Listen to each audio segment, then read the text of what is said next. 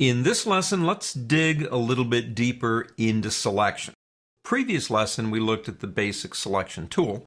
We do have two more arrow tools, and they're right over here. And if you click and hold on that tool, you'll see them. A direct selection and a group selection. Now, there's only two over there, but let's do a tear off. Click right here, and you get to tear them off. That way we can work with them a lot easier. To access the direct selection tool by shortcut, press the letter A on your keyboard. All right, we've got the tools. What do they do?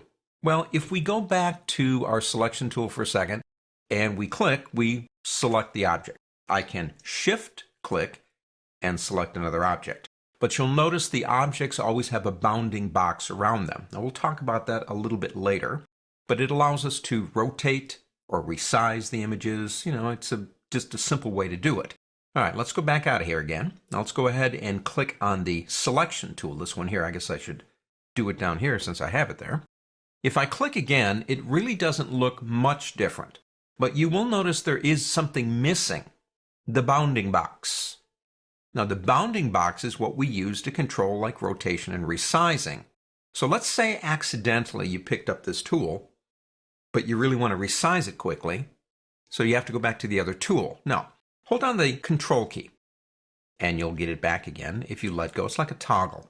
So besides the fact that when I'm using the direct selection tool, I'm basically not getting a bounding box, what's really the difference here? Well, there are several.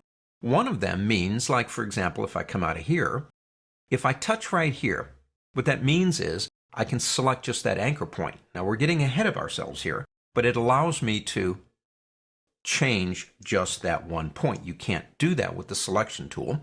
The selection tool grabs the whole thing like it's one big object. So that would be another reason why you might want to use this tool. Now let's get into grouping. To group objects, and you've probably done this, I'm going to pick up my selection tool and I'm going to grab these three.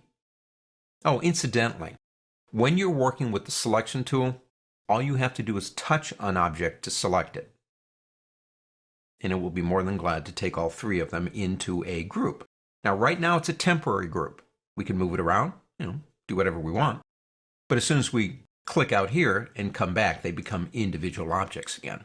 Let's go ahead and select them. Go up to the word object on the pull-down menu and go down to group. Now, they become now a group. Let's do the same thing to these. And to these, but this time we'll use the shortcut key, which is Control G. Most people probably know that. We have now three groups. But what I want to do is I want to work on one of the pieces individually. So do I need to ungroup them? The answer to that is no. If you pick up now the direct selection tool, even though this is in a group, when you select it, you get that one piece. And again, if you hold on your Control key, then you get all the controls of resizing or anything else you want to do. So if we do that, actually, again, we're getting a little bit ahead of ourselves, but that's fine. If I now let go and come out, pick up my selection tool again, the group is intact, except one of them is at a 45-degree angle. So this tool allows us to grab something out of that mix. Let me go ahead and press undo to take that back. So we know that grouping can be ungrouped in a sense with that tool, which is cool to know. But what about this one? Well, this one's kind of interesting. If I click out here anywhere, that deselects everything. If I pick up this tool, I can come in, it's called group selection, and I click, say, here. It selects just that first one, big deal. But if you click again, not double click, just click again, it then proceeds to select everything else in the group. So you can start by working on this one, do whatever you want, and if we click again, it basically then selects all of them for you. But that's not all. Let's do this. Let's take these two groups. Actually, let me use the selection tool for this. Let's take these two groups. I'll just go ahead and shift-click on these and make those a group. So we're nesting a group inside of a group. It's called nesting.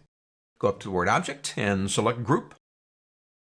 And now let's take these two, shift-click here, and put another nest. So we got a nest and a nest and a nest. Object group. If I come over here with my direct selection tool, I can come in, select them, do anything I want to them individually. Now, this is the cool part.